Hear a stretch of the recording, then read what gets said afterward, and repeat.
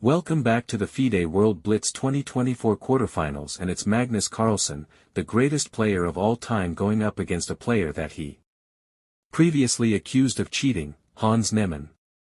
And so these players, they are playing for their tournament life, but they are also playing for a lot of pride. And Hans, with the white pieces, he chooses to play the Italian opening. This opening is actually Hans's specialty. He climbed all the way to Super Grandmaster level with this opening. So let's see what kind of preparation he has cooked up. But Magnus Carlsen, he is no spring chicken. He is very familiar with these Italian lines. Everything that Hans has played so far is very typical for the Italian opening. He's played pawn to h3, which stops a piece from going to g4. And now he's played rook to e1. This supports his e4 pawn, as well as allows the knight to jump into the f1 square later in the game, and hop its way to g3. This is another typical Italian maneuver. In the meantime, Magnus, he's played the move pawn to a6, which is a bit of a rare move. But the point is that he's sliding his bishop back to a7 where it can be nice and safe. And so when d4 comes, striking in the center from white, his bishop will not be hit with the tempo. And now Hans, will he continue with this knight maneuver? Knight f1 to g3. And he does it. The knight is now looking at the square f5. And with the light squared bishops coming off the board and Magnus choosing to take on e6 with the rook, this f5 square could be up for grabs later in the game. And Hans, he senses that the moment is now. He plays pawn to d4.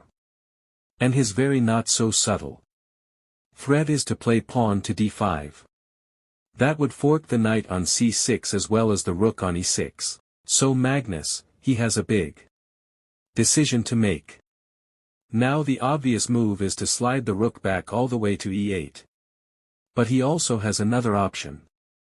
He could play pawn to d5, stopping white from playing d5 himself, but that might allow mass liquidation in the center of the board. And that could lead to a very draw position where all the pieces are coming off. So Magnus, he decides to keep the tension and he slides the rook back. And now Hans, he takes on d4 with his bishop. But now Magnus has the option to take on d4 with his knight, and this will leave him with the only dark squared bishop on the board, which could be uncontested on this long diagonal in the future. Big decision for Magnus Carlsen. And while he is thinking about which piece he should take with, I just want to remind you that if you are enjoying the content so far, remember to subscribe and like and also leave a comment. You learn more when you actively engage in the content that you're consuming. And also it would help out the algorithm. So remember to comment. Thank you.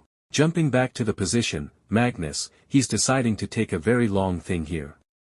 He has now dipped down to under 2 minutes and he is almost down to a 1-minute time deficit. But he doesn't look concerned at the moment. Perhaps Magnus is getting excited about the opportunity in order to create the first real imbalance of the game. But he's not letting the emotions get to him.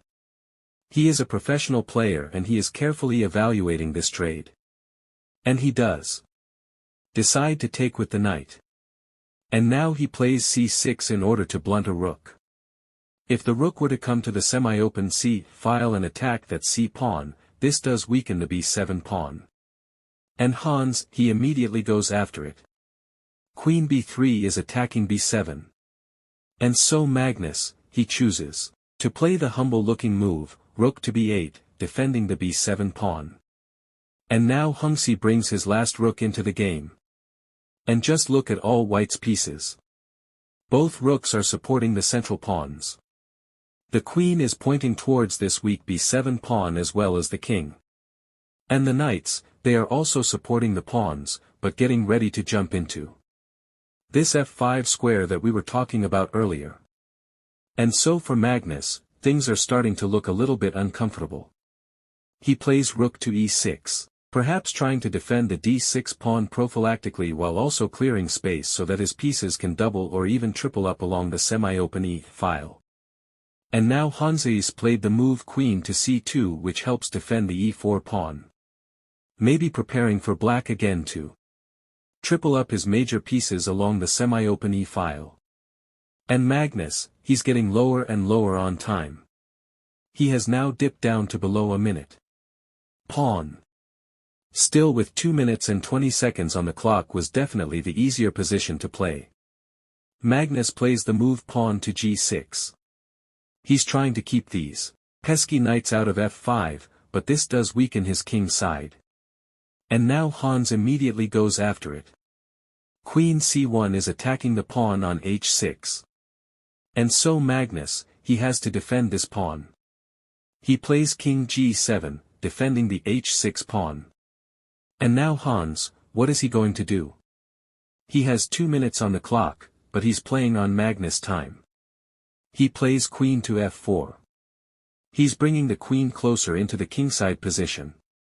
But I think this is one of those moves that kind of just looks good, but I'm not sure if it actually is good. It's not doing anything concretely. And so Magnus, no real problems are being posed to him in this position. But the real problem is, what should he do while waiting? He plays queen to e7. And now Hans plays knight h4. The threat is actually knight f5, because after pawn takes, the other knight can take and there would have been a fork there. Magnus very quickly sees that trick and he steps out of the way. He was threatening g5, forking the queen and the knight there. And so Hans, he jumps back with the knight, knight to f3. And now Hans, he's played the move pawn to e5. But I think it was too rushed, because this allows the black 5-15 knight to jump into d5. He's hitting the queen. The queen is now forced to run away. And the opening of the positions will favor black because he has this